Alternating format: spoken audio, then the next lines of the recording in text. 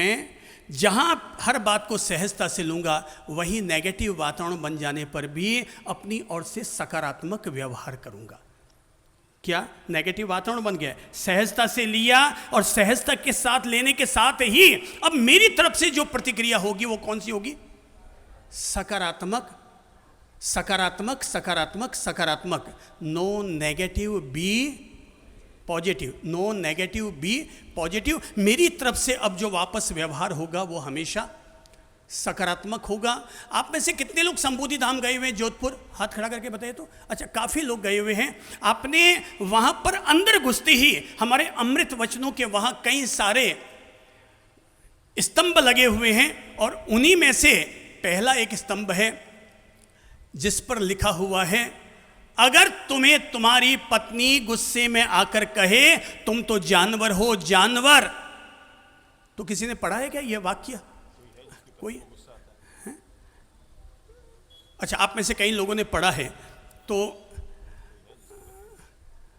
यहां कोई है क्या जिसकी पत्नी को भी गुस्सा आता है?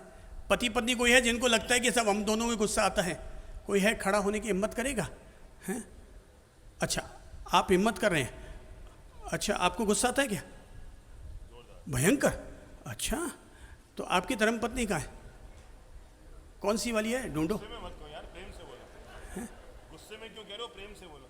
हाँ हाँ हाँ, अभी तो प्रेम से बोल रहे हैं जी हाँ। अच्छा, आप गुस्से की जरा एक्टिंग करके दिखाइए कि जब आपको गुस्सा आता है तो आप क्या क्या करते हैं? जब आपको गुस्सा आता है तो आप क्या क्या करते हैं?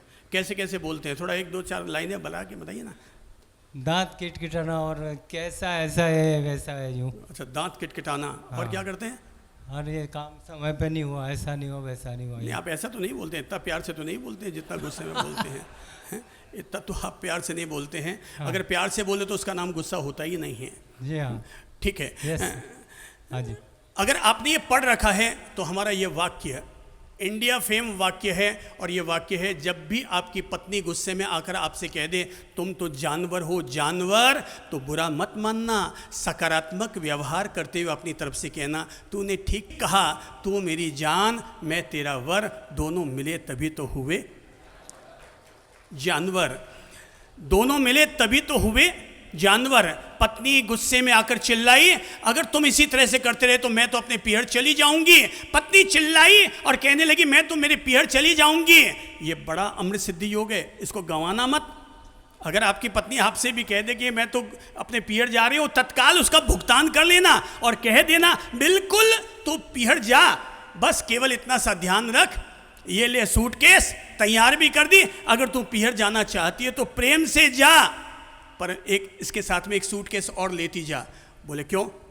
बोले ये तेरी सूटकेस और ये मेरी सूटकेस। बोले मैं आपकी सूटकेस क्यों ले जाऊं? बोले सूटकेस इसलिए लेकर जा, तुझे गुस्सा आ गया, तू अपने पीहर जाना चाहती है तो जा, तेरे साथ मैं भी अपने ससुराल आ जाऊंगा, बच्चों को अपने ननिहाल भेज दूंगा, अपने चाहे यहाँ रहे चाहे वहाँ रहे, रहेंगे तो हमेशा साथ साथ में ही, चाहे यहाँ रहो चाहे वहाँ रहो। सकारात्मक व्यवहार करके, सकारात्मक व्यवहार करके, पहली बात है सहजता से लो, दूसरी बात है सकारात्मक व्यवहार करके उस गुस्से को ठंडा कर दो, उस गुस्से के नेगेटिव वातावरण को समाप्त कर दो। पत्नी ने कहा खेत पर जाओ और गन्ने लेकर आ जाओ।